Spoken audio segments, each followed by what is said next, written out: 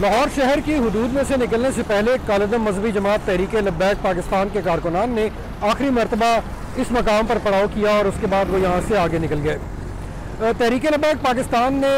اعلان کیا تھا کہ وہ لاہور سے اسلام آباد تک مارچ کریں گے اور انہوں نے یہ بھی اعلان کیا تھا کہ ان کا یہ مارچ پرامن ہوگا۔ اس مرتبہ جب وہ اپنے مرکز رحمت اللہ عالمین مسجد میں سے نکلے تو وہ ایک ریلی کی صورت میں نکلے اور پولیس جو ہے وہ ان کو روکنے کے لیے موجود نہیں تھی۔ ایسا لگ رہا تھا کہ اس دفعہ پولیس نے ایک مختلف حکمت عملی اپنائی تھی۔ پولیس نے اپنے لوگ تعینات کرنے کے بجائے کنٹینرز ان کے راستے میں رکھے ہوئے تھے مختلف مقامات پر لیئرز کی صورت میں، اور ایسا لگ رہا تھا کہ پولیس چاہتی تھی کہ جو ریلی کے شرکاء ہیں وہ ان کنٹینرز کو ہٹاتے ہوئے آئیں اور پھر ایک مقام پر جہاں پولیس تعینات ہوگی وہاں پر ان کو انگیج کیا جائے۔ یہ مقام لاہور شہر میں چبرجی کا تھا جہاں پر ان کو انگیج کیا گیا۔ وہاں پر پولیس نے ریلی کے شرکاء کے اوپر آنسو گیس کی شیلنگ کی اور اس کے بعد جو ہے کچھ لوگ منتشر ہوئے، کچھ لوگوں کو گرفتار بھی کیا گیا وہاں پہ،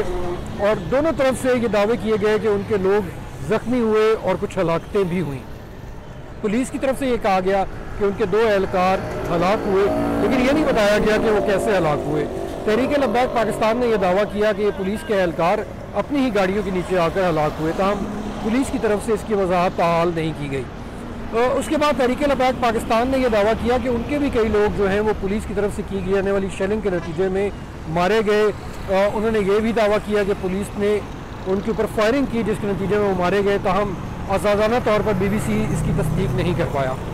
پولیس نے جو اس دفعہ مختلف حکمت عملی اپنائی، یہ شاید اس بات کا نتیجہ تھا کہ آج سے کچھ ماہ قبل اپریل میں رواں برس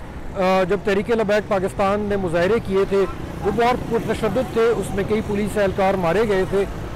تو اس دفعہ پولیس نے مختلف حکمت عملی اپنائی۔ لیکن اس مرتبہ تحریک لبیک پاکستان کی طرف سے جو ریلی نکالی گئی وہ گزشتہ مظاہروں سے بہت مختلف تھی۔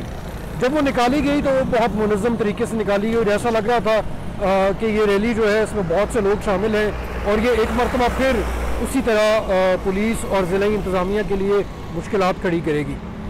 لیکن اس کے بعد دیکھا یہ گیا کہ یہ ریلی جو ہے یہ ایک ہی ریلی تھی جو نکلی شہر میں سے، اس کے علاوہ شہر میں کسی دوسرے مقام پر تحریک کے کارکنان جو ہیں وہ باہر نکل کر مظاہرے کرتے ہوئے سامنے نہیں آئے، جیسا کہ آخری مرتبہ اپریل میں کیا گیا تھا۔ اس وقت یہ ہوا تھا کہ مختلف مقامات پر شہر کے اندر بھی مظاہرے ہوئے تھے جہاں پر پولیس کو ان کو انگیج کرنا پڑا، اور پاکستان کے دوسرے شہروں کے اندر بھی ایک ہی وقت میں تحریک لبیک پاکستان کے کارکنان جو ہے وہ باہر نکل آئے تھے اور انہوں نے مظاہرے شروع کر دیے تھے، جس کی وجہ سے پنجاب حکومت کو کافی مشکلات کا سامنا کرنا پڑا تھا۔ اس مرتبہ ایسا نہیں دیکھنے میں آیا۔ اس مرتبہ جو مجلس شورا ریلی کی قیادت کر رہی ہے اس کی طرف سے بار بار یہ اعلان کیے جا رہے تھے کہ لوگ اپنے گھروں سے باہر نکلیں، دوسرے شہروں میں بھی گھروں سے باہر نکلیں، ان کا ساتھ دیں، لیکن ایسا دیکھنے میں نہیں آیا۔ اس دفعہ پاکستان کے دوسرے شہروں میں سے بیک وقت اسی وقت لوگ نکل کر مظاہرے کرتے ہوئے تاحال نظر نہیں آئے۔ ایک جو فرق گزشتہ مظاہروں اور اس دفعہ میں نظر آیا وہ یہ بھی تھا کہ شاید جو تحریک لبیک پاکستان کی قیادت تھی